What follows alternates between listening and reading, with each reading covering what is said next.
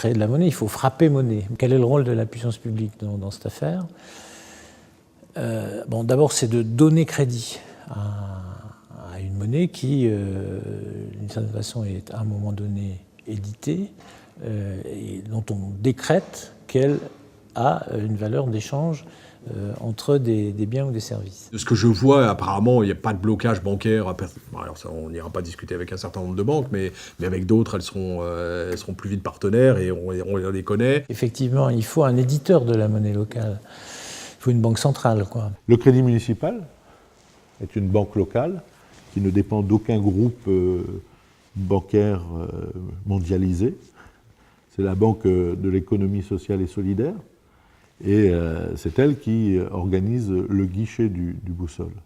Donc nous avons notre banque centrale à nous, elle est boulonnaise. Il y a une implication financière des collectivités, enfin, je pense que... Et ça, il faut l'acter. Avoir été à l'origine de cette réflexion de la monnaie locale, c'est que nous pouvons toujours être en quête de la sophistication. Mais c'est toujours au détriment de l'efficacité et du message que l'on essaie de véhiculer. Donc il faut faire simple, il faut faire adhérer le maximum de personnes. Il faut que les chances de succès de la monnaie locale soient suffisantes. Si on met trop de conditions complexes, ça diminue les chances de succès. Je pense que du point de vue du consommateur, encore une fois, il faut ne pas lui rendre la vie plus compliquée qu'elle ne l'est maintenant. Donc n'importe quel dispositif qui serait plus compliqué à utiliser qu'un billet ou qu'une carte de crédit, c'est mort. Je pense qu'on peut oublier. Je suis consommateur, je veux avoir des boussoles, donc je vais notamment actuellement au Crédit municipal pour échanger ma monnaie, c'est-à-dire j'échange mes euros contre des boussoles. Si je donne 20 euros, je reçois 21 boussoles, j'ai gagné donc 5% de pouvoir d'achat.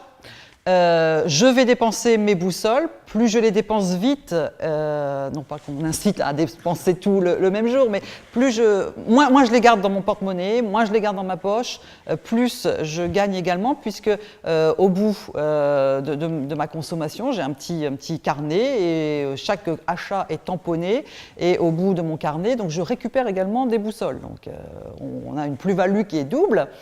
Inversement, donc le commerçant qui s'engage et qui est lui prestataire de service, lui cotise, donc c'est l'équivalent des 5%, il cotise et reçoit finalement la plus-value qu'apporte Boussole avec ce réseau de consommateurs qui viendront chez lui pour acheter chez lui parce que lui est reconnu comme prestataire.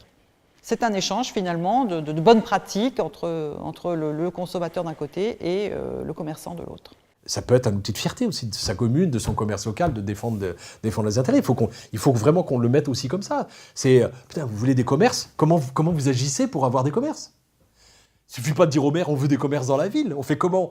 Moi, j'ai une clinique sur la ville, je la défends depuis 15 ans que je suis élu pour qu'elle puisse exister, mais les gens ne vont pas se soigner. Je leur dis, mais si vous n'allez pas vous soigner à la clinique, si vous allez ailleurs, ben on va la fermer parce qu'elle ne tiendra pas économiquement. Donc, ils sont aussi responsables. Il faut qu'ils soient acteurs de ça. Et c'est le moyen qu'ils soient acteurs de l'économie locale. La possibilité de redonner de l'échange avec le citoyen.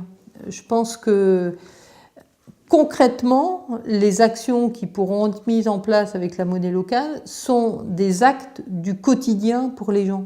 Et donc ça veut dire que derrière, il faut qu'on mette les moyens d'accompagnement, de suivi, oui, quand je dis de suivi, c'est d'analyser pourquoi ça peut ne pas marcher à un moment, qu'est-ce qui bloque, comment on travaille. Est-ce que les commerçants, moi, je l'ai présenté de manière générale, mais quand on va aller plus loin, est-ce qu'ils vont marcher ? Je pense qu'une grosse partie du challenge, c'est l'animation du réseau de commerçants.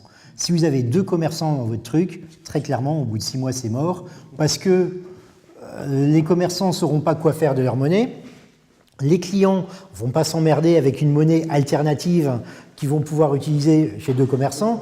Il suffit qu'il y ait un des 2 commerçants qui soit le garage, ouais, je vais faire la révision de ma voiture une fois par an, et puis l'autre, bon. Donc il faut effectivement arriver à une masse critique, et c'est ça l'enjeu. Donc c'est vraiment un problème politique d'animation du territoire et de développement du territoire.